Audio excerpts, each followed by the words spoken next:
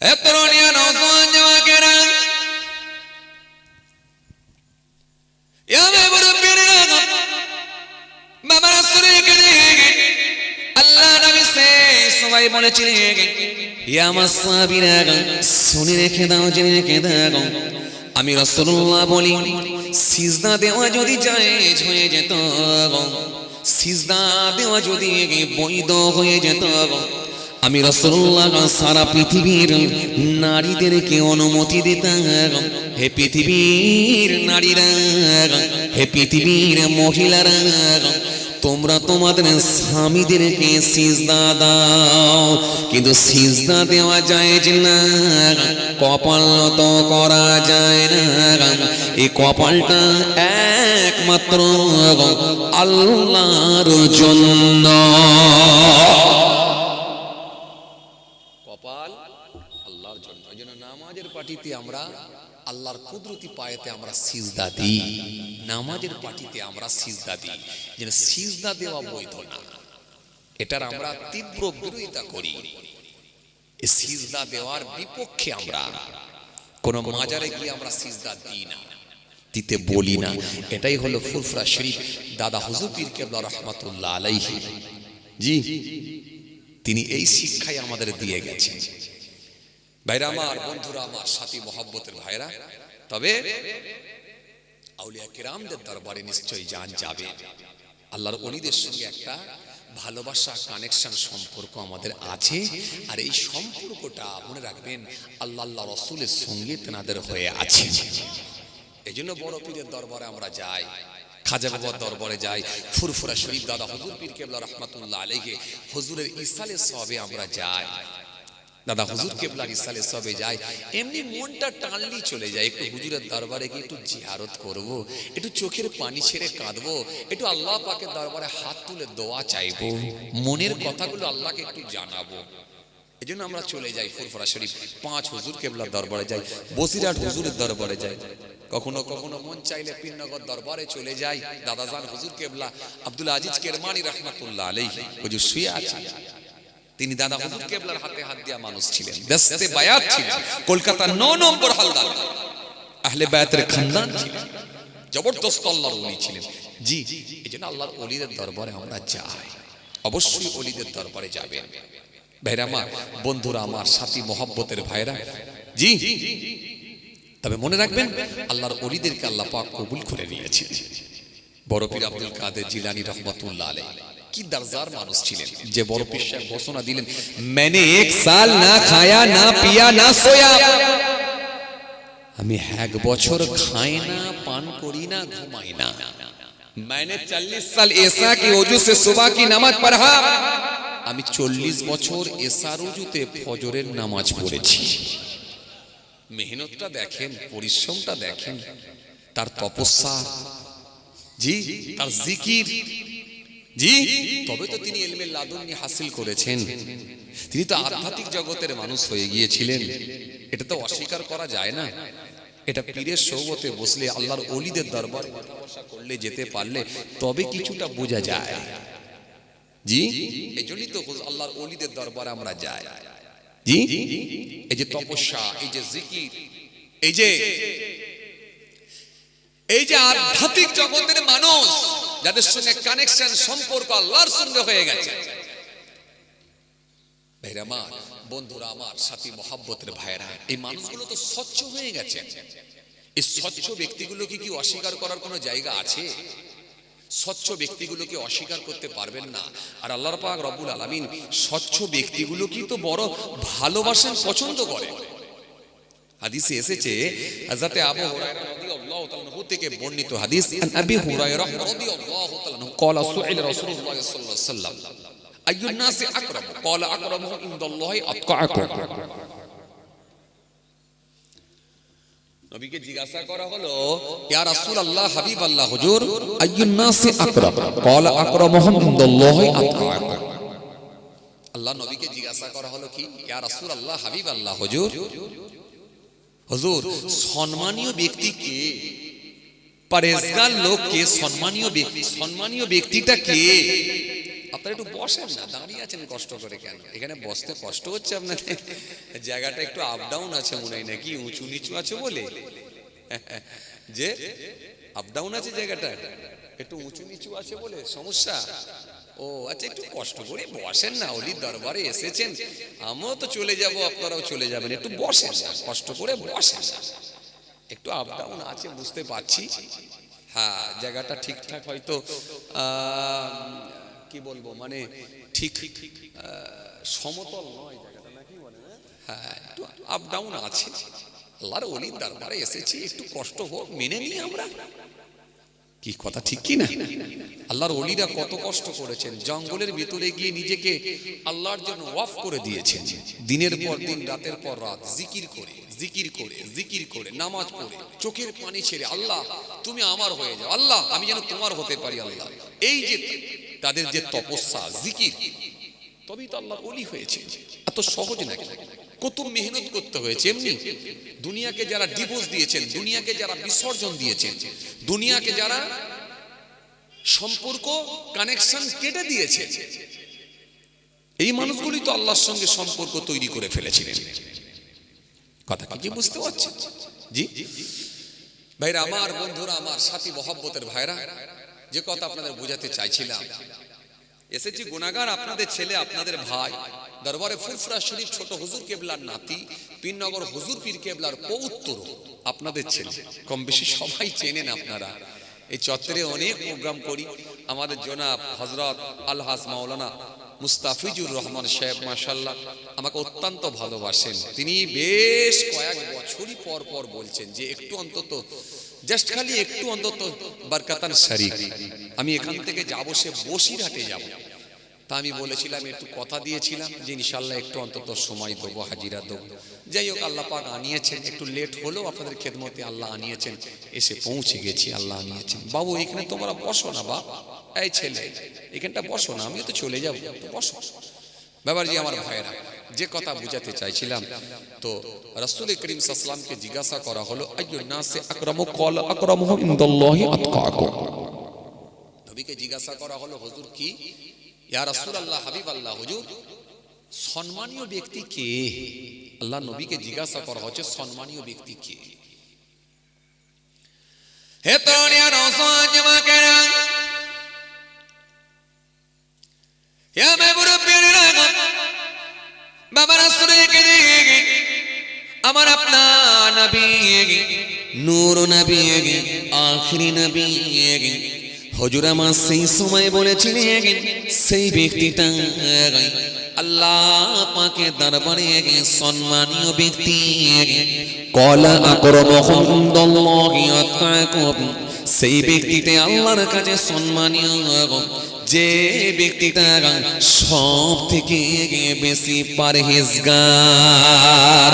যে লোকটা পরহেজগার হয়ে গেছেন, দিনদার হয়ে গেছেন, খোদাভীরু হয়ে গেছে, এই মানুষটাই আল্লাহর কাছে প্রিয় বান্দা হয়ে গেছেন, এই মানুষটাই আল্লাহর কাছে সম্মানীয় ব্যক্তি হয়ে গেছে।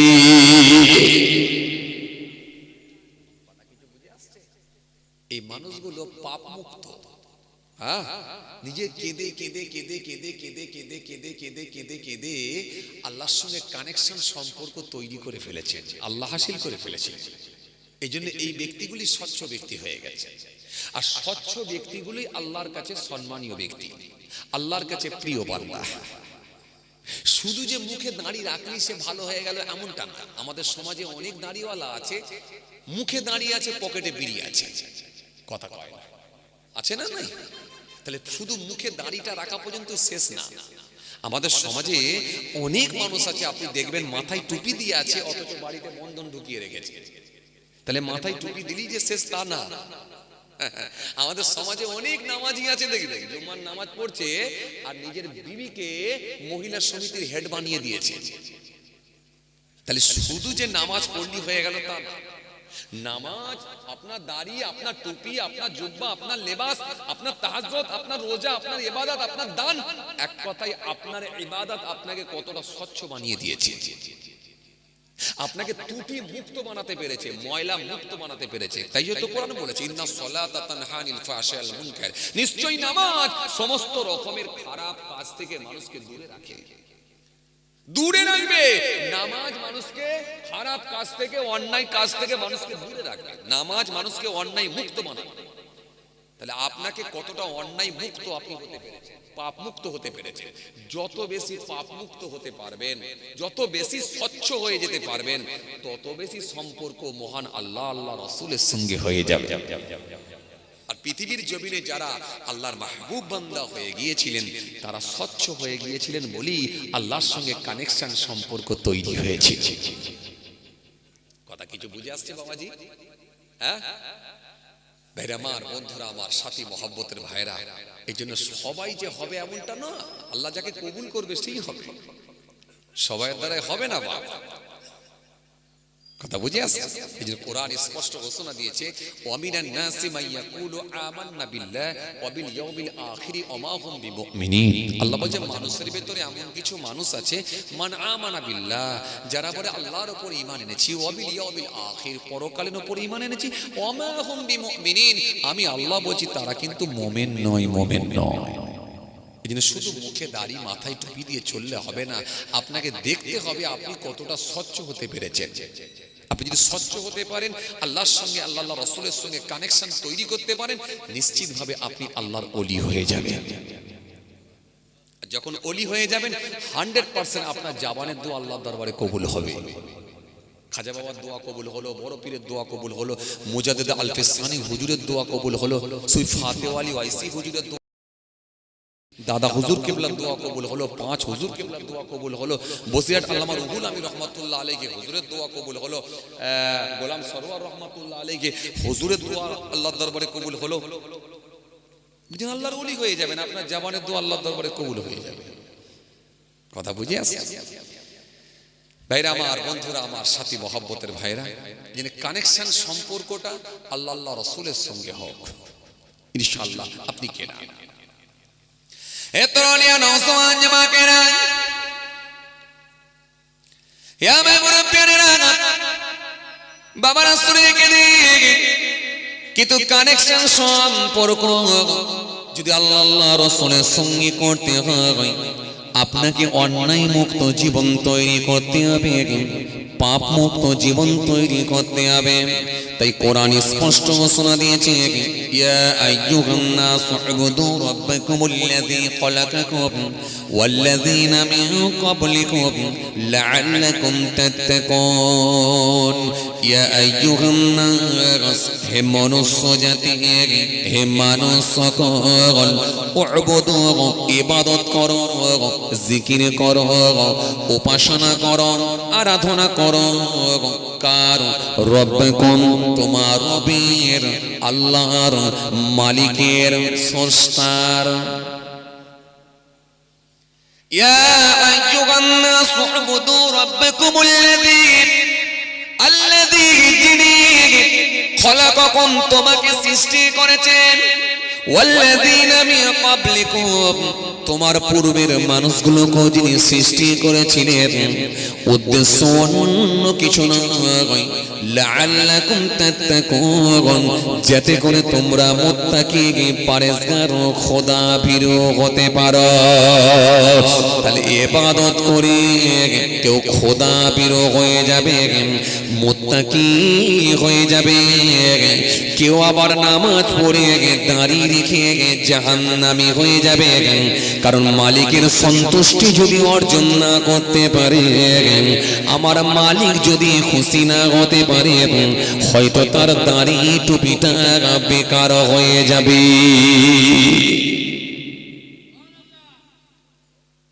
এই পৃথিবীর জমিনে ইবলিস শয়তানের সিজদা কম ছিল না। পৃথিবীর জমিনে এমন কোন জায়গা নাই যেখানে ইবলিসের সিজদা নাই। আসমানে এমন কোন জায়গা নাই যেখানে ইবলিসের সিজদা নাই। কিন্তু এরপরও সে জান্নাত পায় না, কারণ তার ভেতরে দুটো জিনিস ছিল। একটা ছিল অহংকার, আর একটা ছিল হিংসা। তাহলে এখান থেকে প্রমাণ হলো যদি স্বচ্ছ না হওয়া যায়, যদি পরিষ্কার না হওয়া যায়, আমার মালিকের সঙ্গে কোনো কানেকশন হতে পারে না ভাই। যারা আল্লাহর ওলি হয়ে গিয়েছেন হিংসা মুক্ত, গীবত মুক্ত, পরচর্চা মুক্ত, রিয়া মুক্ত, হিংসা মুক্ত, মিথ্যা মুক্ত, গীবত মুক্ত, সুদ মুক্ত, এক কথায় সমস্ত নেগেটিভ অন্যায় কাজগুলো ছেড়ে দেওয়ার কারণেতে আল্লাহর ইবাদত করে তবে আল্লাহ হাসিল করে নিয়েছিলেন। কথা কিছু বুঝতে পারছেন বাপ? হ্যাঁ, আমাদের সমাজে তো কত হাজি সাহেব আছে দেখবে, হাজি সাহেব হজ করে এসেছে, যে 4 বার হজ করেছে, অহংকারে পা রাস্তায় চলতে চায় না, আছে না? 4 বার হজ করেছে, অহংকার এত ভেতরে ঢুকে গেছে, রাস্তা দিয়ে হাঁটলে যেন পা পড়তে চায় না। খালি মনে মনে ভাবছে যে এই পাড়ায় এই গ্রামে সব থেকে বেশি যদি হজ যদি কেউ করে থাকে তো আমি আছি, আছে না? অথচ মানুষের দৃষ্টিতে, মুখের চোখে খুব ভালো মানুষ, হাজি সাহেব, বিশাল ব্যাপার, খুব চাপ, খুব চাপ। অথচ তার ভেতরে এমন অহমিকা, অহংকার ঢুকে আছে, রাস্তা দিয়ে হাঁটলে যেন পা পড়তে চায় না। আপনি জানেন না ওই রকম ইবাদতকে আমার আল্লাহ, ওই রকম হাজি সাহেবের হজকে আল্লাহ বরবাদ করে দিতে পারে। সহিহ মুসলিম শরীফের মধ্যে এসেছে, একটা শ্রেণীর শহীদ ব্যক্তি জাহান্নামে যাবে, একটা শ্রেণীর আলেম জাহান্নামে যাবে, একটা শ্রেণীর দাতা জাহান্নামে যাবে, কোন বর্ণনা এসেছে একটা শ্রেণীর হাজি সাহেবও জাহান্নামে যাবে। এত সহজ। এই জন্য এক কথায় আপনাকে পাপ মুক্ত জীবন তৈরি করতে হবে। আপনার দ্বারাই যেন কোনো দোষ ত্রুটি না থাকে, আপনাকে খুঁজে বার করতে হবে, ভাউচার ঠিক আছে নাকি দেখতে হবে আপনাকে। এই জন্য হাদিস পাকের মধ্যে এসেছে, নবী সাল্লাল্লাহু আলাইহি ওয়াসাল্লাম স্পষ্ট জানিয়ে দিয়েছেন, হযরত মাসউদ রাদিয়াল্লাহু তাআলা আনহু থেকে বর্ণিত হাদিস, লা ইয়াদখুলুল জান্নাতা মান কানা ফি কলবিহি মিসকালু যাররাতিন মিন কিবার। এই হাদিসের মধ্যে আল্লাহ নবী সাল্লাল্লাহু আলাইহি ওয়াসাল্লাম স্পষ্ট জানিয়ে দিলেন, কি বললেন? সামান্য পরিমাণ, বিন্দু পরিমাণ যদি কারোর ভেতরে অহমিকা ঢুকে থাকে, সেই ব্যক্তিটা জান্নাতে যেতে পারবে। অহংকার একটা কিন্তু খুব খতরনাক ভাইরাস। এটা যে শুধু দাড়ি কাটার লোকের ভেতরে আছে তা না, অনেক দাড়িওয়ালা লোকের ভেতরেও আছে। এটা যে শুধু ব্যবসায়ীদের ভেতরে আছে তা না, অনেক মাওলানা সাহেবদের ভেতরেও আছে, কথা বলে না। এটা যে শুধু বেনামাজিদের ভেতরে আছে তা না, অনেক নামাজির ভেতরে ঢুকে আছে। এটা যে শুধু টুপি ছাড়া মানুষদের ভেতরে আছে তা না, অনেক বক্তা ওয়াইজির হুজুর পীর সাহেবদের ভেতরেও ঢুকে আছে, অনেক মাওলানা সাহেব হাফেজ সাহেবদের ভেতরেও ঢুকে আছে। এটা অহংকার, তাকাব্বুর, অহংকার। কিসের অহংকার? কারোর শরীরের অহংকার হতে পারে, কারোর অর্থের অহংকার হতে পারে, পয়সার অহংকার হতে পারে, কারোর রূপের অহংকার হতে পারে, কারোর ইলমের অহংকার হতে পারে, কারোর সম্পত্তির অহংকার হতে পারে, কারোর রংটঙের অহংকার হতে পারে, পয়সার অহংকার হতে পারে, বংশের অহংকার হতে পারে, রক্তের অহংকার হতে পারে, ইলমের অহংকার হতে পারে। যে কোনো অ্যাঙ্গেল দিয়ে যদি আপনার ভেতরে যারা পরিমাণ, সামান্য পরিমাণ অহমিকা ঢুকে যায়, নবী বলছে সেই মানুষটা জান্নাতে যাবে না। কত চাপ বুঝতে পারছেন?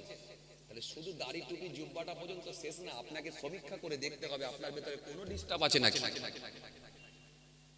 মেনে নিয়েছি আপনি ভালো মানুষ, মেনে নিয়েছি আপনার বাড়িতে মহিলা সমিতি হয়নি, মেনে নিয়েছি আপনার বউটা বেপর্দা হয়ে ঘুরে বেড়ায়নি, মেনে নিয়েছি, মেনে নিয়েছি আপনি ভালো মানুষ, সুদের সঙ্গে আপনি যুক্ত নয়, মেনে নিয়েছি। কিন্তু অহংকার থেকে তো এখনো আপনি বাঁচতে পারেননি, এটা তো ঠিকই, মেনে নিয়েছি।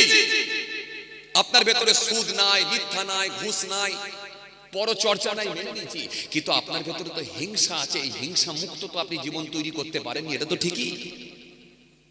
কেন সেদিনে কি আপনার মনে আছে ফজরের নামাজ পড়ে সামনে বাজারটার নাম সসিনা বাজার, কি বাজার না এই সামনে বাজারটা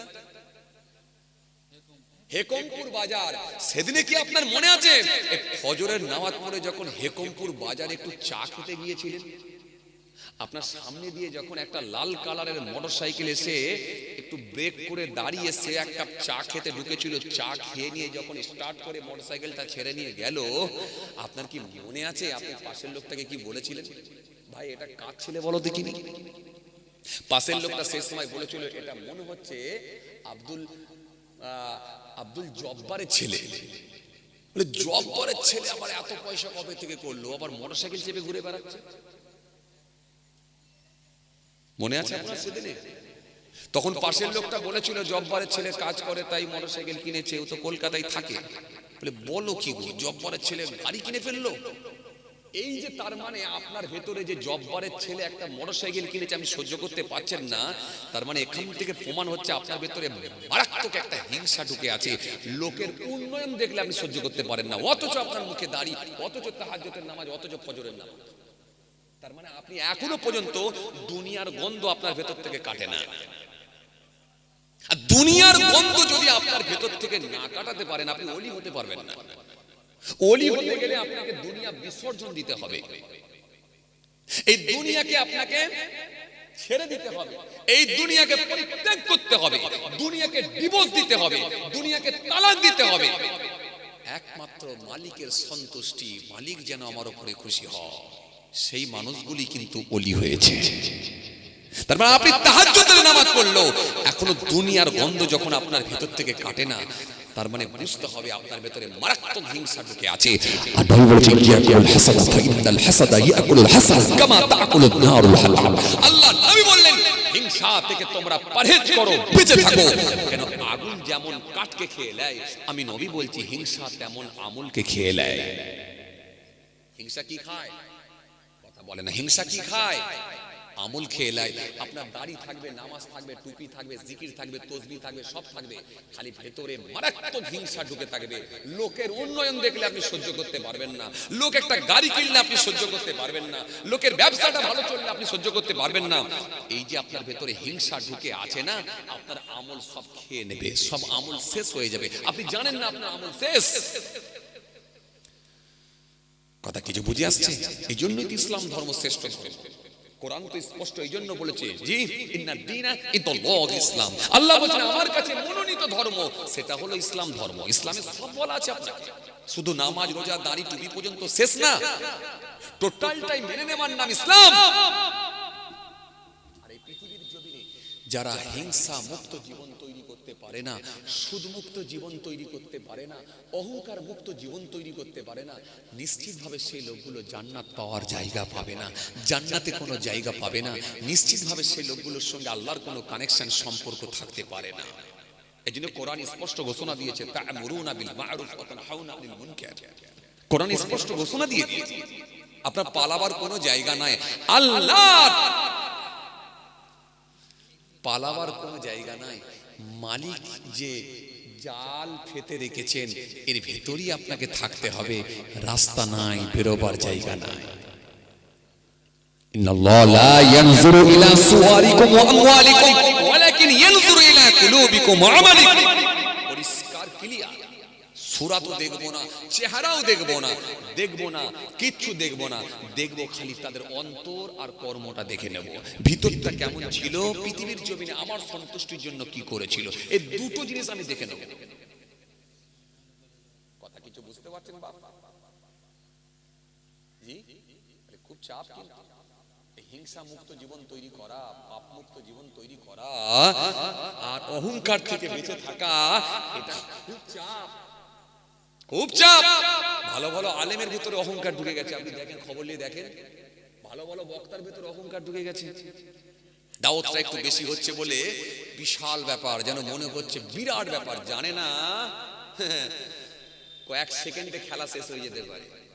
ফজরের নামাজ পড়তে ঘুম থেকে উঠবি, ফজরের নামাজ পড়বার জন্য উঠবি ঘুম থেকে, খালি ডান দিকের হাত আর ডান দিকের পা যদি আল্লাহ অবাস করে দেয়, একটা মিনি প্যারালাইসিস দিয়ে দেয়, কি ছোট্ট একটা স্ট্রোক দিয়ে দেয়, তো দাওয়াত ফিনিশ। কথা বলছেন না কেন? তো দাওয়াত ফিনিশ। শুয়ে থাকে, শুয়ে থাক আর ফিজিওথেরাপি কর, শুধু ব্যায়াম কর, শুয়ে শুয়ে ব্যায়াম কর আর চোখের পানি ছেড়ে কাঁদ। কিসের অহংকার? হে তরুণিয়া নওজোয়ান জওয়াকেরা, হে আমার মুরব্বিয়েরা, বাবা রাসূলকে দিকে এই অহংকার করে ফেরাউন ডুবেছে, অহংকার করে নমরুদ ডুবেছে, অহংকার করে সাদ্দাত ডুবেছে, অহংকার করে কারক ডুবেছে। পৃথিবীর জমিনে যত মাস্তানদের আবির্ভাব ঘটেছিল, যাদের ভেতর অহংকার ছিল, নিশ্চিতভাবে তারা প্রত্যেকেই ধ্বংস হয়ে গেছে। কোরআন শরীফের মধ্যে আল্লাহ বলেন, ওয়ালাকাদ আহলাকনাল কুরুনা মিন ক্বাবলিকুম লাম্মা যালামু ওয়া জাআতুহুম রাসূলুহুম বিল বাইয়িনাত ওয়া মা কানু লিউমিনু কাযালিকা নাজজিল কওমাল মুজরিমিন।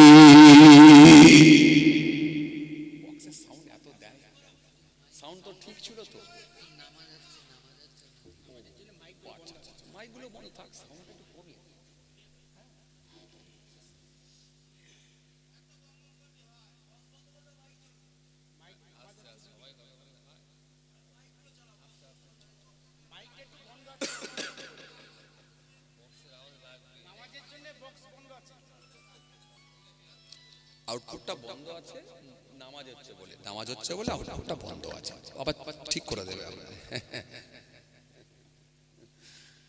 ভাইরা যে কথা বুঝাতে চাইছি, জি, এই জন্য আমার আল্লাহ কোরআনে কারীমের মধ্যে সুন্দর করে জানালেন,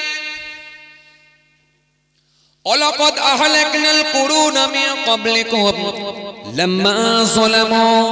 আমার আল্লাহ সুন্দর করে জানালেন, তোমাদের পূর্বের বহু প্রজন্মকে আমি আল্লাহ ধ্বংস করে দিয়েছি। লাম্মা যালামু, যখন তারা জুলুম করেছিল। এই পৃথিবীর জমিনে যারা মাস্তানি করেছিল, ক্ষমতা নিয়ে যারা বড়াই করেছিল, যারা অহংকার করেছিল, যারা অহমিকা করেছিল, যাদের ভেতরে দাম্ভিক স্বভাবের মানুষ যারা হয়ে গিয়েছিল, নিশ্চিতভাবে আমার আল্লাহ তাদের অস্তিত্বকে আমার আল্লাহ বিলীন করে দিয়েছেন।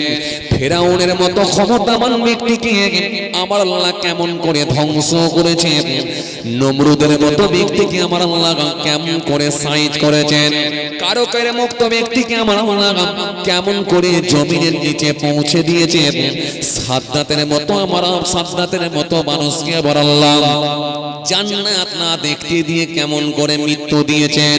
এই জন্য পৃথিবীর জমিনে যারা ক্ষমতার অহংকার করেছিল, সম্পত্তি নিয়ে যারা বড়াই করেছিল, নিশ্চিতভাবে আল্লাহ তাদেরকে ধ্বংস করেছে।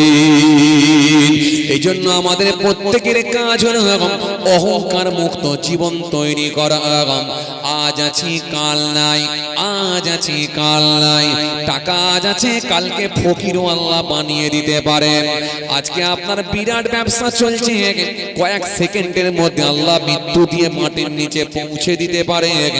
সাদা তিনখানা কাফন পরিয়ে মাটির নিচে আল্লাহ ঢুকিয়ে দিতে পারে। এই কথাটা মনে যদি রাখতে পারে, তাহলে আমরা অহংকার, গীবত, হিংসা সব জায়গা থেকে নিজেকে বাঁচাতে পারবো ইনশাআল্লাহ। চলুন, আমার এই মুহূর্তে মনে পড়ে গেল একদিন বড় বাদশার কথা। তৎকালীন সময় আপনাদের জানা আছে, চারজন বড় বড় বাদশা ছিল।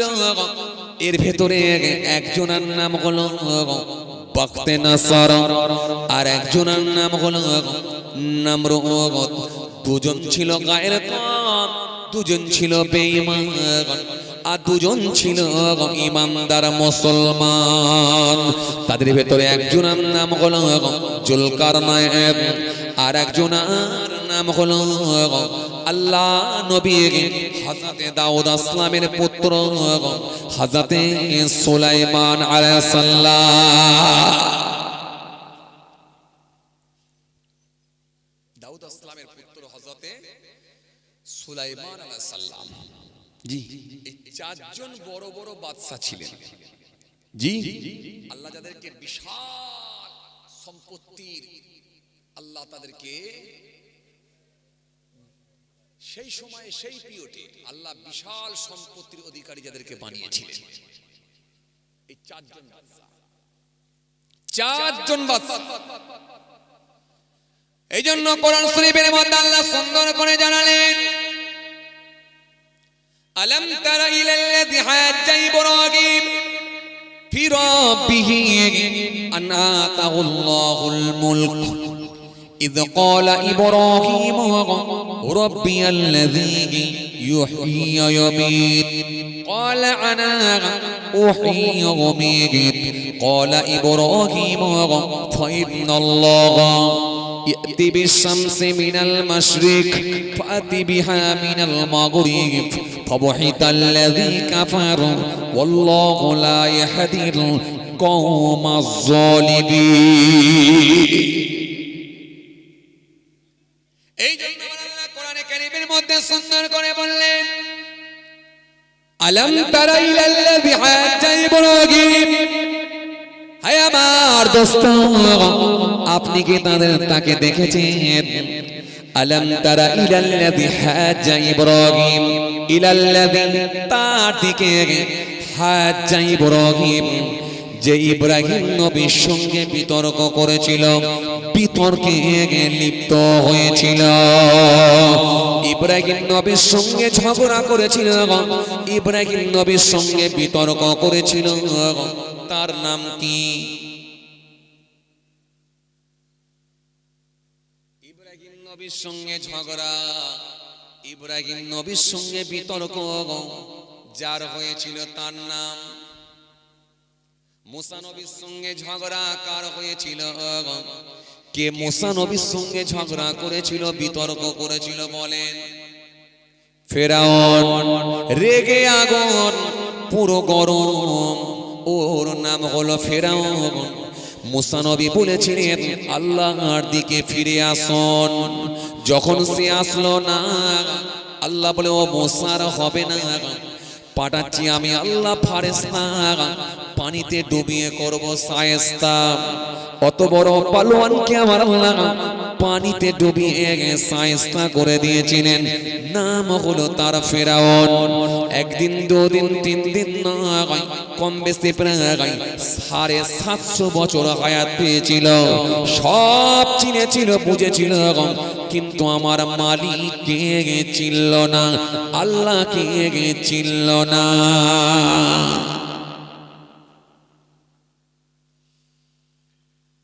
এইরকম একজন ব্যক্তি এসেছিল যার নাম হলো নমরুদ। এর এক অদ্ভুত বেঁচে ছিল 1700। নবী ইব্রাহিম বললেন চলে এসো, যখন সে আসলো না আল্লাহ বললেন ও ইব্রাহিম আর হবে না, পাঠাচ্ছি আমি আল্লাহ ছোট্ট মশা, এবারই করবো ওকে সোজা। নমরুদের জন্য আল্লাহ পাঠিয়েছিলেন ছোট মশা, নাক দিয়ে ঢুকে মগজে গিয়ে পৌঁছেছিল সোজা, মস্তিষ্কে পৌঁছেছিল সোজা, এতেই করে দিয়েছিল আমার আল্লাহ সোজা। এত বড় মাস্তান ছিল ও বাবাজি, আমার ভাইরা, খালি অহংকার থাকার জন্য শেষ হয়ে গেল। এই নমরুদ জীবনে কোনোদিন মাথা উপর দিকে তোলে না, তাই কোরআন শরীফের মধ্যে আল্লাহ বলে হাবিব আপনি কি তাদের দেখেছেন? ও আমার হাবিব, যে ইব্রাহিম নবীর সঙ্গে তর্ক করেছিল, ঝগড়া করেছিল, ইব্রাহিম নবীর সঙ্গে তর্ক করেছিল, ঝগড়া করেছিল এবং ফি রব্বিহি, রব নিয়ে, আল্লাহ নিয়ে। ইব্রাহিম নবীর সঙ্গে কি নিয়ে ঝগড়া? ফি রব্বিহি, রব নিয়ে, আল্লাহ নিয়ে ঝগড়া। কারণ ইব্রাহিম নবী বলেছিলেন আমার রব যিনি, সারা পৃথিবীর সমস্ত কিছুর মালিক তিনি। আমার রব যিনি, সবের মালিক তিনি, ইনি হলেন আমার রব। আমার রবকে আল্লাহু লা ইলাহা ইল্লাহু, আল্লাহ তিনি ছাড়া কোনো মাবুদ নাই। আল্লাহ হাইয়ুল কাইয়ুম, তিনি চিরস্থায়ী চিরজীবী, ছিলেন, আছেন, থাকবেন। লা তাখুযুহু সিনাতুন ওয়ালা নাওম, যিনি তন্দ্রা নাই, ঘুম নাই, সব বিষয়ে যিনি অবগত, তিনি হলেন আমার রব। এইজন্য আল্লাহ কোরআনে কারীমের মধ্যে তার হাবিবকে জানালেন, হাবিব ইব্রাহিম নবীর সঙ্গে তর্ক হয়েছিল নমরুদের কি নিয়ে? ফি রব্বিহি, রব নিয়ে, আল্লাহ নিয়ে ঝগড়া। কারণ ইব্রাহিম নবী বলেছিলেন আমার রব তিনি সবের মালিক, আমার আল্লাহ। আর নমরুদ বলেছিল রব অন্য কেউ নয়, রব হলাম আমি নিজে। তার ভেতরে এত অহমিকা ছিল, সে এত দাম্ভিক স্বভাবের মানুষ ছিল, তার ভেতরে এত অহমিকা ছিল, নিজেকে রব বলে দাবি করেছিল। ও আমার হাবিব শোনেন, এজন্য ইব্রাহিম নবীর সঙ্গে তর্ক হয়েছিল রব নিয়ে, আল্লাহ নিয়ে। ফি রব্বিহি আন আতাহুল্লাহুল মুলক, إذ قال إبراهيم أن آتاه الله الملك, অথচ আমি আল্লাহ তাকে দিয়েছিলাম রাজত্ব। নমরুদকে আমি আল্লাহ যে রাজত্ব দান করেছিলাম সেটা কেমন দিয়েছিলাম? ও মুসলমান ভালো করে শোনেন, নমরুদকে আমার আল্লাহ কেমন ক্ষমতা দিয়েছিল ভালো করে শোনেন। যে বাদশাহী দান করেছিল আমার আল্লাহ কেমন, একবার শোনেন। তৎকালীন সময়ে আপনাদের জানা আছে বাবাজি আমার ভাইরা, নমরুদ তুর্কি দখল করেছিল, শাম দখল করেছিল। নমরুদ তুর্কি দখল করেছিল, শাম দখল করেছিল। নমরুদ রোম দখল করেছিল, ভারত দখল করেছিল, পৃথিবীর পূর্ব থেকে পশ্চিম প্রান্ত পর্যন্ত দখল করেছিল, উত্তর থেকে দক্ষিণ দিক দখল করেছিল। গোটা পৃথিবী তার হাতের মুঠোয় নিয়ে চলে এসেছিল। এই নমরুদকে আমার আল্লাহ কেমন বাদশাহী দিয়েছিলেন ও মুসলমান ভালো করে শুনে রাখেন, আপনি অবাক হয়ে যাবেন। পৃথিবীর বিভিন্ন দেশ থেকে তার জন্য কর আর খাজনা পাঠানো হতো। ও মুসলমান ভালো করে শোনেন, নমরুদের ভাষা ছিল আরবি, তার ল্যাঙ্গুয়েজ ছিল আরবি, সে আরবি ভাষায় কথা বলতো। ও মুসলমান ভালো করে শোনেন, নমরুদ বিশাল শক্তিশালী বাদশা ছিলেন, বিরাট বড় সংগঠন তৈরি করেছিল। নমরুদের বাবাজি বিশাল প্রভাব প্রতিপত্তি বেড়ে গিয়েছিল, পূর্ব থেকে পশ্চিম, উত্তর থেকে দক্ষিণ, গোটা পৃথিবী সে নিজের কন্ট্রোলে করে নিয়েছিল। এই জন্য নমরুদ বলেছিল আমি হলাম রব, আমি হলাম খোদা।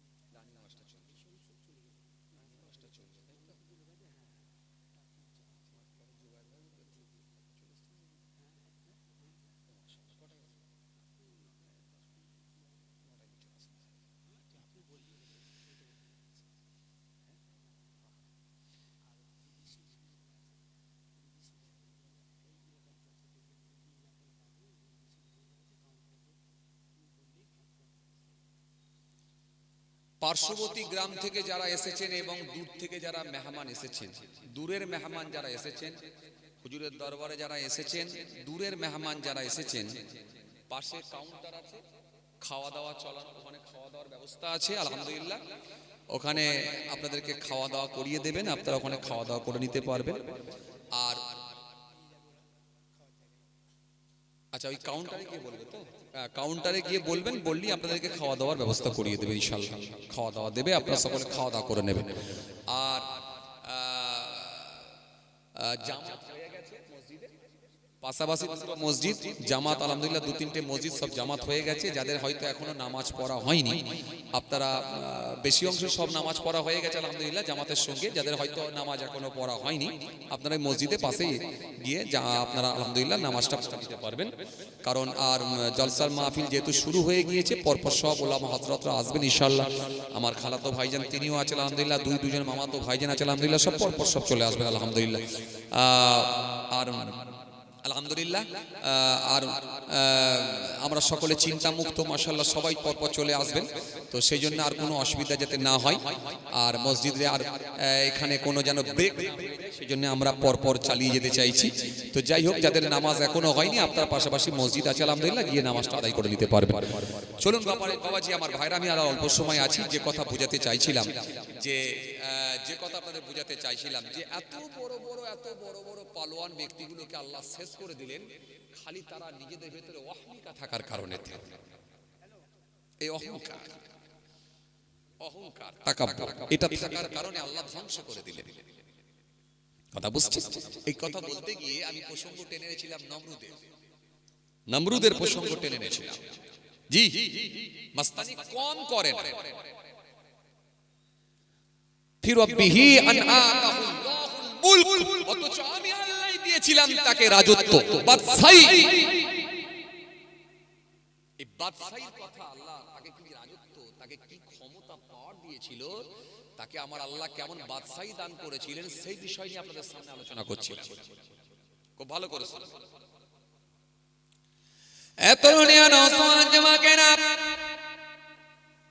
হে আমার মুরব্বিরা, বাবা রাসূলকে দেখে যে কথা আপনাদের বোঝাতে চাইছিলাম, এই নমরুদ কে ছিল জানেন?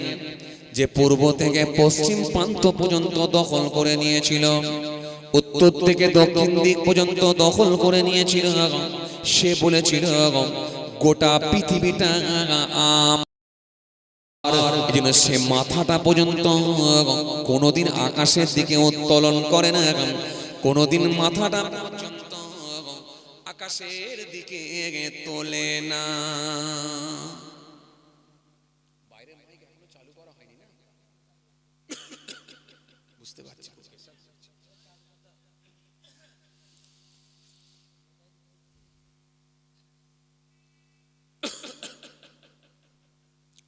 ভাইরা আমার, বন্ধুরা আমার, সাথী মহব্বতের ভাইরা, যে কথা আপনাদের বুঝাতে চাইছিলাম বাবাজি আমার ভাইরা, গোটা পৃথিবী, বিভিন্ন দেশ তার সব হাতের মুঠোয় চলে এসেছিল। সে নিজেকে রব বলে দাবি করেছিল। আমি হলাম খোদা, আমি হলাম রব, আমি হলাম আল্লাহ। এজন্য আল্লাহ রাব্বুল আলামিন তার হাবিবকে জানলেন, হাবিব, ঝগড়া হয়েছিল ফি রব্বিহি, রব নিয়ে, আল্লাহ নিয়ে ঝগড়া করেছিল। কে হবে আল্লাহ, এই নিয়ে ঝগড়া হয়েছিল। কার সঙ্গে? ইব্রাহিম খলিলুল্লাহর সঙ্গে। ঝগড়াটা টাকা পয়সা নিয়ে নয়, সম্পত্তি নিয়ে নয়, গাড়ি বাড়ি নিয়ে নয়, জমি জায়গা নিয়ে নয়, কারবার নিয়ে নয়, আল্লাহ নিয়ে ঝগড়া। অথচ আমি আল্লাহই তাকে দিয়েছিলাম রাজত্ব, তাকে আমি আল্লাহ পাক লম্বা হায়াত দিয়েছিলাম, বিশাল লম্বা হায়াত দিয়েছিলাম, 1700 বছর বাঁচিয়ে রেখেছিলাম।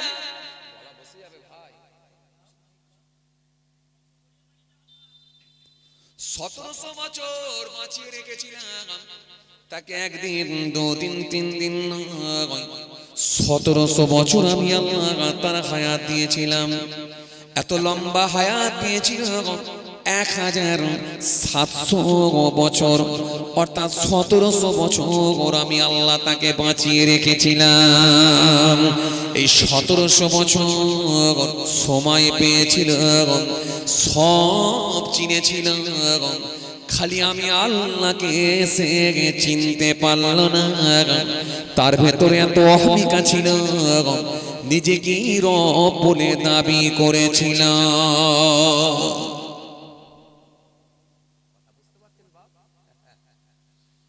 সে যখন এক জায়গা থেকে আরেক জায়গায় যেতাম, বিশাল সিংহাসন বানিয়েছিল। যে সিংহাসনের উপরে, যে সিংহাসনকে বহন করে নিয়ে যাবার জন্য 4খানা হাতি লাগতো।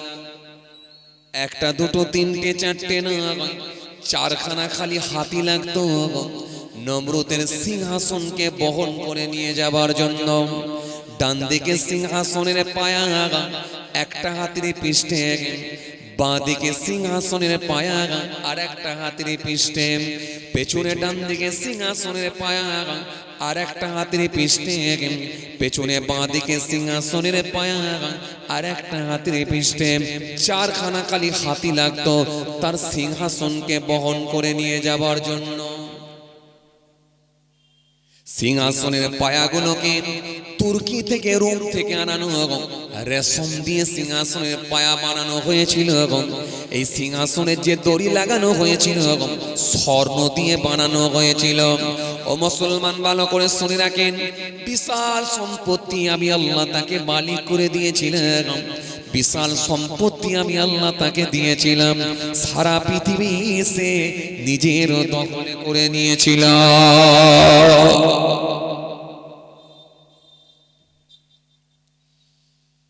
সারা পৃথিবী সে নিজের দখলে করে নিয়েছে। কথা বুঝতে পারছেন বাবাজি, আমার ভাইরা? জি, সারা পৃথিবী সে নিজের দখলে করে নিয়েছে। রোম, তুর্কি, রোম, শাম, মিশর, ভারত সব তার আন্ডারে চলে এসেছিল। ওটা পৃথিবীর বিভিন্ন দেশ থেকে তার জন্য কর খাজনা পাঠানো হতো। জীবনে কোনোদিন মাথা আকাশের দিকে তোলে না।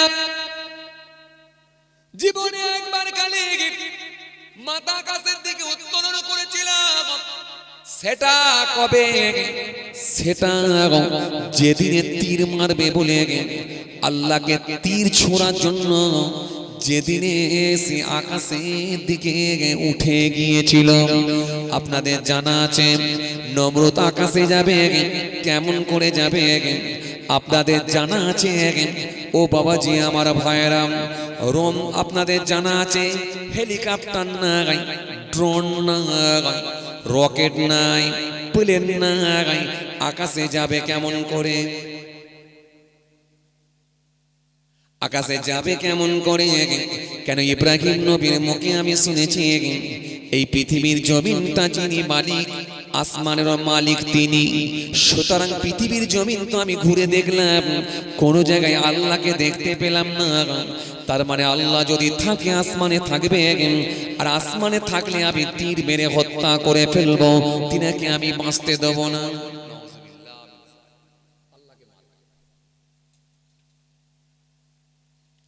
ইবলিস শয়তান সবসময় খারাপ মানুষদেরকে সহযোগিতা করে। যখন মানুষ পথভ্রষ্ট হয়ে যায়, গুমরা হয়ে যায়, ইবলিস তাদেরকে কিন্তু হেল্প করার জন্য সব সময় তৈরি আছে। নমরুদ গুমরা হয়ে গেছে, আসমানে যাবে। নমরুদ শেষ হয়ে গেছে, আসমানে যাবে, আল্লাহর সঙ্গে আল্লাহকে তীর মারবে। ইবলিস বলছে, নমরুদ আপনি যাবেন কি করে চিন্তা করবেন না, শকুন ধরে নিয়ে আসেন, শকুনের সঙ্গে কুরসি লাগান, চেয়ার বেঁধে দেন, দিয়ে এবারে আসমানে চলে যান, তীর মারেন। নমরুদ শকুনের সঙ্গে কুরসি লাগিয়ে দিয়ে চেপে এবারে একেবারে আসমানের দিকে চলে যাচ্ছে। নমরুদকে ইবলিস শয়তান বলেছিল, আপনি এক টুকরো গোস্তের টুকরা, গোস্তের টুকরা উপর দিকে ঝুলিয়ে রাখবেন। শকুনের দৃষ্টি যদি উপর দিকে থাকে, আপনার সিংহাসনকে উপর দিকে নিয়ে যাবে, আপনাকে উপর দিকে নিয়ে যাবে, আপনার কুরসি উপর দিকে যাবে। আর শকুনের দৃষ্টি নিচের দিকে থাকলে আপনাকে নিচে নিয়ে যাবে। এক টুকরা গোস্তের টুকরা উপর দিকে ঝুলিয়ে দেবেন, নামার সময় নিচের দিকে ঝোলাবেন। নমরুদ ঝুলিয়ে দিল উপর দিকে, আর শকুনের দৃষ্টি উপর দিকে থাকে, নমরুদকে উড়িয়ে নিয়ে যায় একেবারে অনেক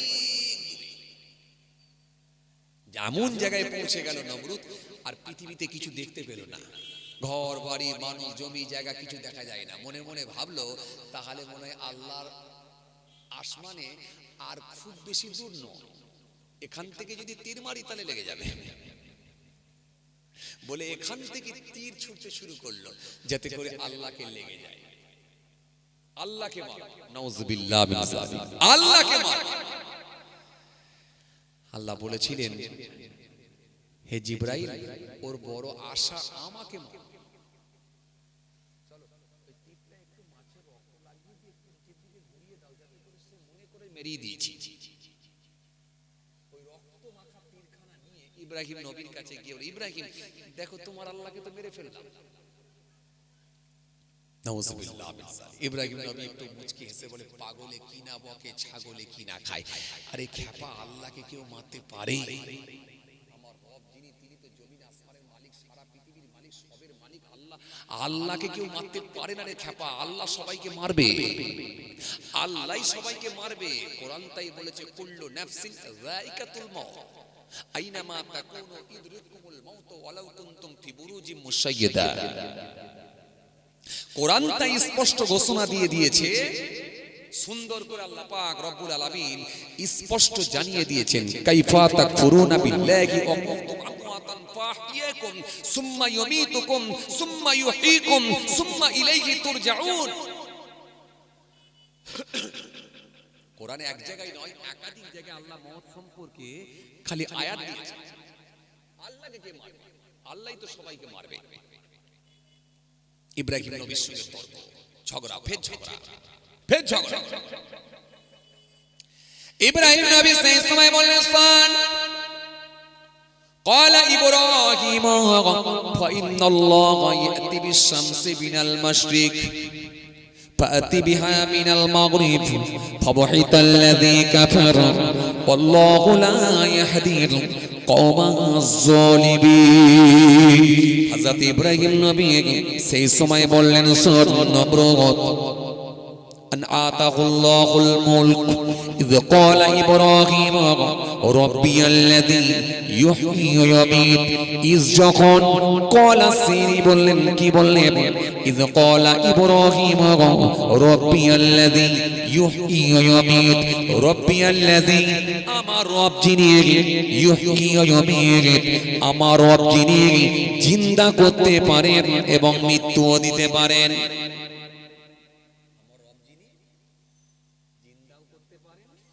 এবং মৃত্যুও দিতে পারে। কে বলছেন? ইব্রাহিম। জি, ইয ক্বালা ইব্রাহিম রাব্বিয়াল্লাযী ইউহয়ী ওয়া ইউমীত। ইয যখন ক্বালা তিনি বললেন, কি বললেন?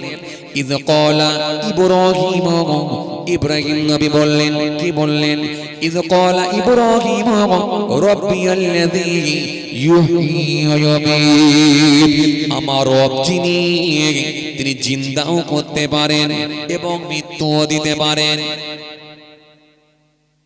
কি করে রব বলছিস? রবকে মেরে দিবি? খাপা কোথাকার। আমার রব যিনি, তিনি জিন্দাও করতে পারেন এবং মৃত্যুও দিতে পারেন। নমরুদ বলেছিল, ক্বালা আনা উহয়ী ওয়া উমীত, আমিও জিন্দা করতে পারি, আমিও মৃত্যু দিতে পারি। ক্বালা সে বলল, আমি উহয়ী ওয়া উমীত, জিন্দাও করতে পারি, আমিও মৃত্যু দিতে পারি। ইব্রাহিম নবী বললেন, তা কেমন করে হয়? তুই কেমন করে জিন্দা করবি, কেমন করে মৃত্যু দিবি? তো দেখা তো একবার দেখি। নমরুদ সেই সময় বলল, শোনো ও ইব্রাহিম, শোনো, যদি তুমি দেখতে চাও আমি কেমন করে জিন্দা করি আর কেমন করে মৃত্যু দিই, যদি তুমি দেখতে চাও। নমরুদ সেই সময় দুইজন ব্যক্তিকে ডাক দিল, দুজন ব্যক্তিকে ডাকলো, দুজন ব্যক্তি এসে হাজির হলো। দুজন ব্যক্তিকে ডাকার পরে দুজন ব্যক্তি যখন এসে হাজির হয়ে গেল, নমরুদ সেই সময় জল্লাদকে অর্ডার করলো, জল্লাদ এই দুজনের ভেতরে একজনকে, ওই মানুষটাকে এখনই কতল করে ফেল, ওই মানুষটাকে এখনই তরোয়াল দিয়ে দুখানা করে দাও। বলার সঙ্গে সঙ্গে জল্লাদ দিয়ে সঙ্গে সঙ্গে তরোয়াল দিয়ে দুখানা করে ফেলল, তরোয়াল দিয়ে গার্দানটা আলাদা করে দিল, ধরটা আলাদা করে দিল। আর একজন ব্যক্তি যে রয়ে গেল, নমরুদ তাকে বলল তুমি চলে যাও, তাকে ছেড়ে দেয়া হলো। সেই ব্যক্তিটা হেঁটে হেঁটে হেঁটে হেঁটে বাড়ির দিকে রওনা দিল, সে বাড়ির দিকে চলে গেল। নমরুদ সেই সময় বলল দেখো ইব্রাহিম, আমি ইচ্ছা করলে দুজনকে মেরে দিতে পারতাম, কিন্তু তা না করে একজনকে মেরেছি আর একজনকে ছেড়ে দিয়েছি, বাঁচিয়ে দিয়েছি। তার মানে আমি মারতেও পারি এবং বাঁচাতেও পারি।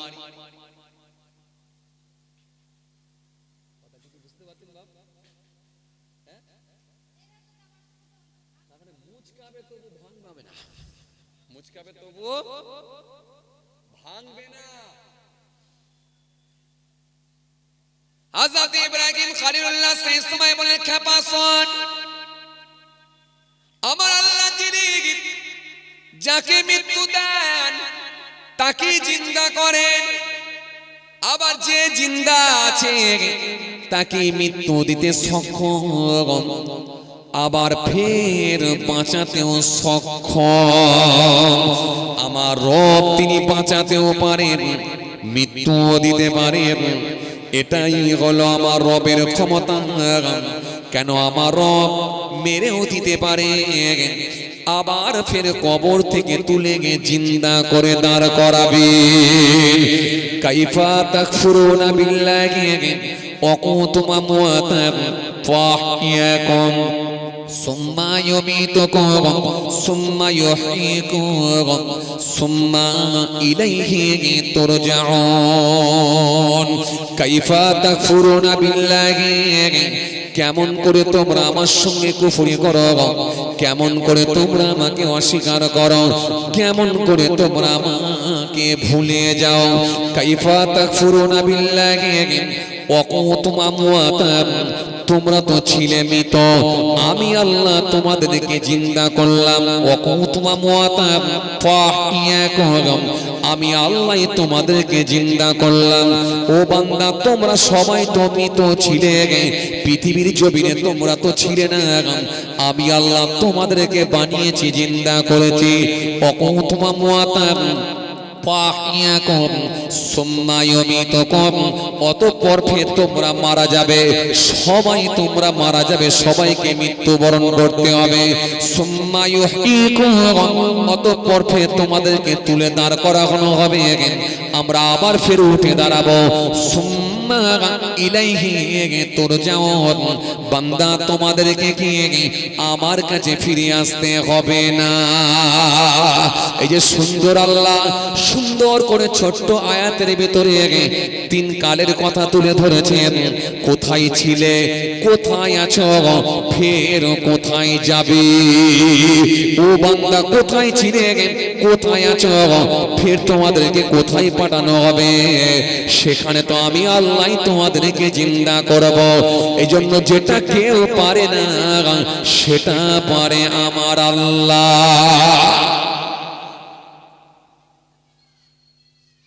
ধরবে না, থাক,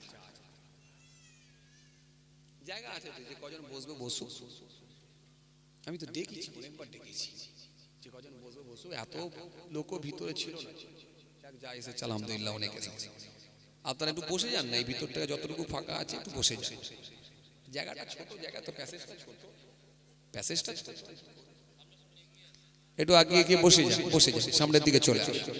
খেয়াল করেন বাবাজি, খেয়াল করেন, ঝট করে খেয়াল করেন, বিদায় নেব, ঝট করে খেয়াল করেন। ইব্রাহিম নবী যখন বোঝাবার চেষ্টা করলেন, নমরুদ যখন বুঝলো না,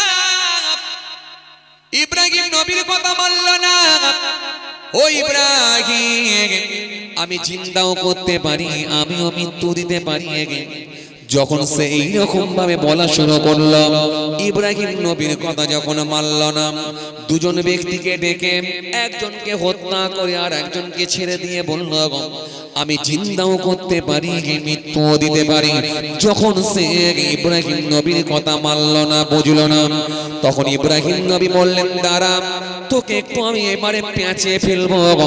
কলা ইব্রাহিম ফাইনাল্লাহ ইয়াতি বিশ-শামসি মিনাল মাশরিক ক্বালা ইব্রাহিম, ইব্রাহিম নবী সেই সময় বললেন, ফাইনাল্লাহ, নিশ্চয় আল্লাহ তাআলা, নিশ্চয় আবার আল্লাহ তাআলা, ইয়াতি বিশ-শামসি মিনাল মাশরিক, ইয়াতি বিশ-শামসি মিনাল মাশরিক, আমার আল্লাহ পাক সূর্যকে উদিত করেন পূর্ব দিক হইতে, পূর্ব দিক থেকে প্রত্যেক দিন সূর্যকে তোলেন, আর পশ্চিম দিকে সূর্য অস্ত যায়, ডুবিয়ে দেন।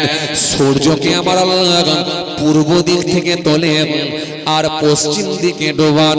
ফাতিবিহা মিনাল মাগরিব, তুমি যদি আল্লাহ হবে, তুমি যদি খোদা হবে, তুমি যদি রব হবে, তো একদিন অন্তত সূর্যকে পশ্চিম দিক থেকে তুলে দেখা।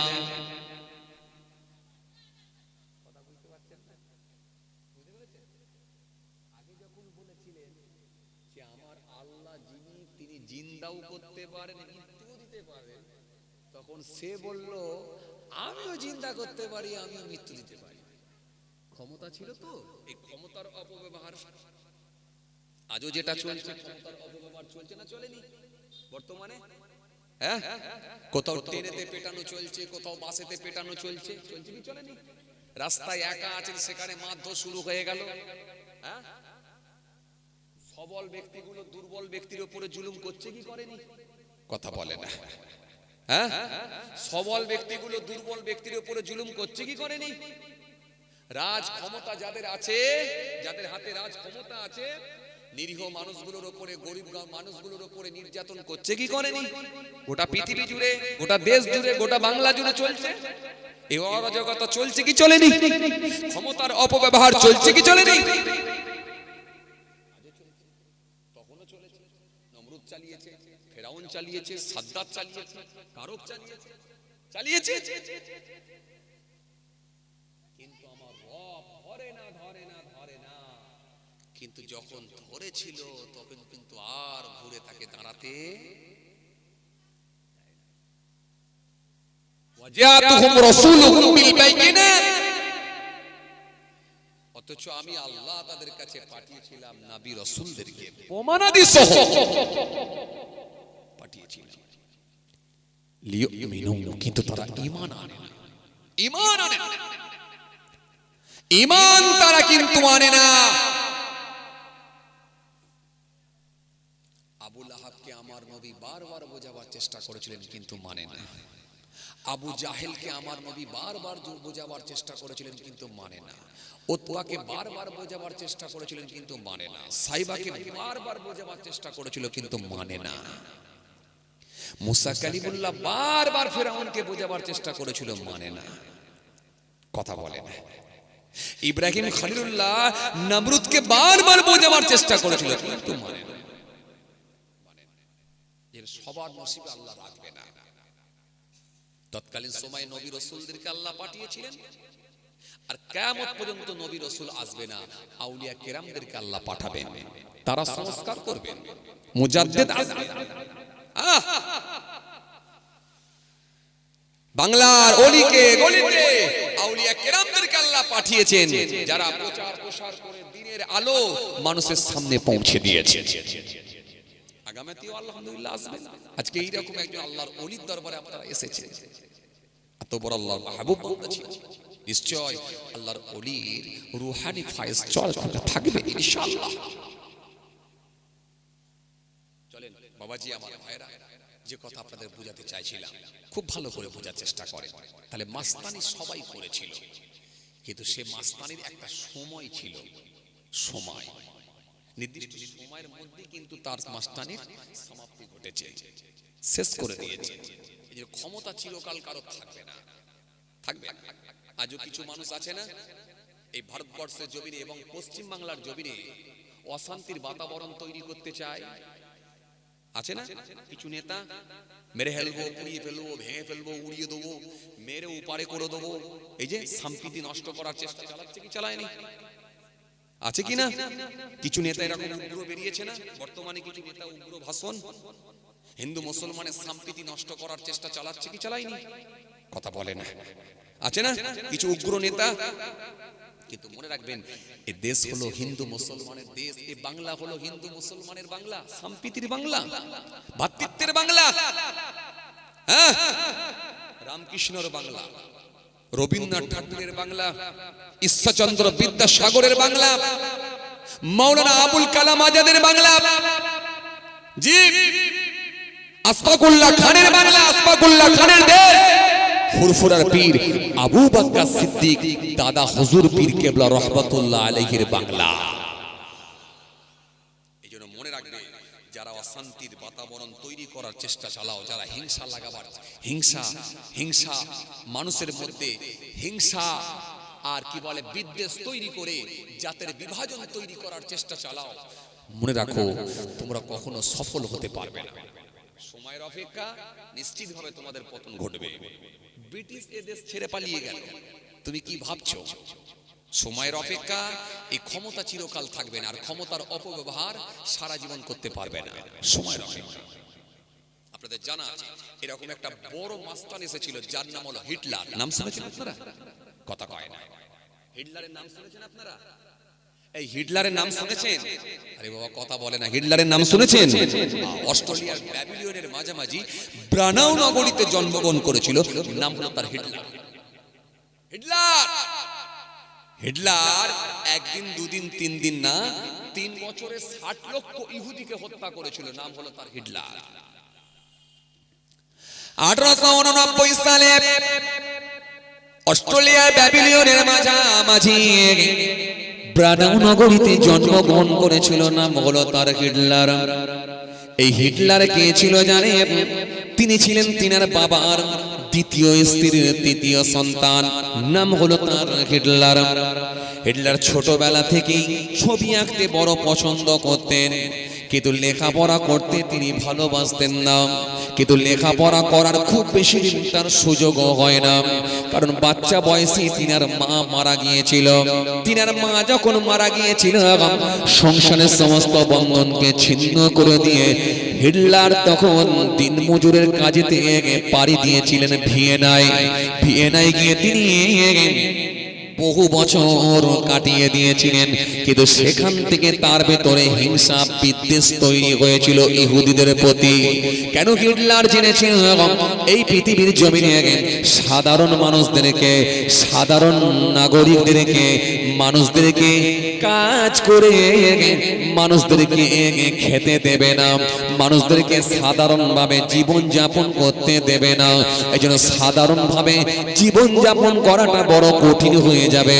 এই জন্য হিটলার সেই সময়তে, ও বাবাজি আমার ভাইরা, ইহুদিকে মারার প্রস্তুতি নিয়েছিলেন হিটলার। এরপরে ভিয়েনা থেকে মিউনিকে চলে গিয়েছিলেন।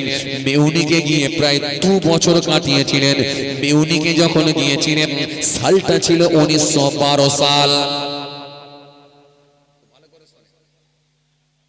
1912 সালে যখন মিউনিকে গিয়েছিলেন, মিউনিকে যাওয়ার পরে 2 বছর কাটিয়েছিলেন। 2 বছর কাটিয়ে 1914 সালে এলেন। 14 সালে যখন এলেন, 14 সালে ছিল 1914 সাল, সালটা ছিল 1914 সাল। 1914 সালে আপনাদের জানা আছে প্রথম বিশ্বযুদ্ধ সংগঠিত হয়েছিল। হিটলার সেই যুদ্ধে অংশগ্রহণ করেছিলেন। মাশাআল্লাহ, আলহামদুলিল্লাহ। যাই হোক, আলহামদুলিল্লাহ আমরা সকলেই চিন্তা মুক্ত। আলহামদুলিল্লাহ, আমারই খালাতো ভাইজান তিনি তাসসিম নিয়ে চলে এসেছেন। তাহলে রুমাল নিয়ে পাঠিয়ে দেন। আসসালামু আলাইকুম, ভালো আছেন ভাইজান? বাবাজি, যাই হোক, অসমাপ্ত বক্তব্যকে সমাপ্তির দিকে আগিয়ে দিচ্ছি, আর আলোচনা আমি আপনাদের সামনে দীর্ঘায়ু করব না। মাশাআল্লাহ, আমারই ভাইজান তিনি তাসসিম নিয়ে এসেছেন, আপনাদের সামনে আলোচনা করবেন। আপনারা সকলেই আলোচনা শ্রবণ করেন। হিটলারের কথা আমি বলতে বলতে ছেড়ে দিলাম, আল্লাহ যদি ফের কোনো সুযোগ দেয় ইনশাআল্লাহ আলোচনা হবে। আর ওখানে নমরুদ নিয়ে বলতে বলতে একটু ছেড়ে চলে এসেছিলাম। নমরুদকে সেই সময় ইব্রাহিম খলিলুল্লাহ বলেছিলেন, ক্বালা ইব্রাহিম ফাইনাল্লাহ ইয়াতি বিশ-শামস মিনাল মাশরিক। আমার রব যিনি প্রত্যেকদিন সূর্যকে পূর্ব দিক থেকে উদিত করেন পশ্চিম দিকে ঢোকান ফাতি বিহা বিনাল মাগরিব তুমি যদি রব হবে খোদা হবে তো একদিন সূর্যকে পশ্চিম দিক থেকে তুলে দেখাও মনে আছে আপনাদের ঠিক যেখান থেকে ছাড়লাম মনে আছে তুমি যদি খোদা হবে রব হবে তো একদিন পশ্চিম দিক থেকে সূর্যকে তুলে দেখাও ফাবহিতাল্লাযী কাফার ফলে সে কাফের হতভম্ব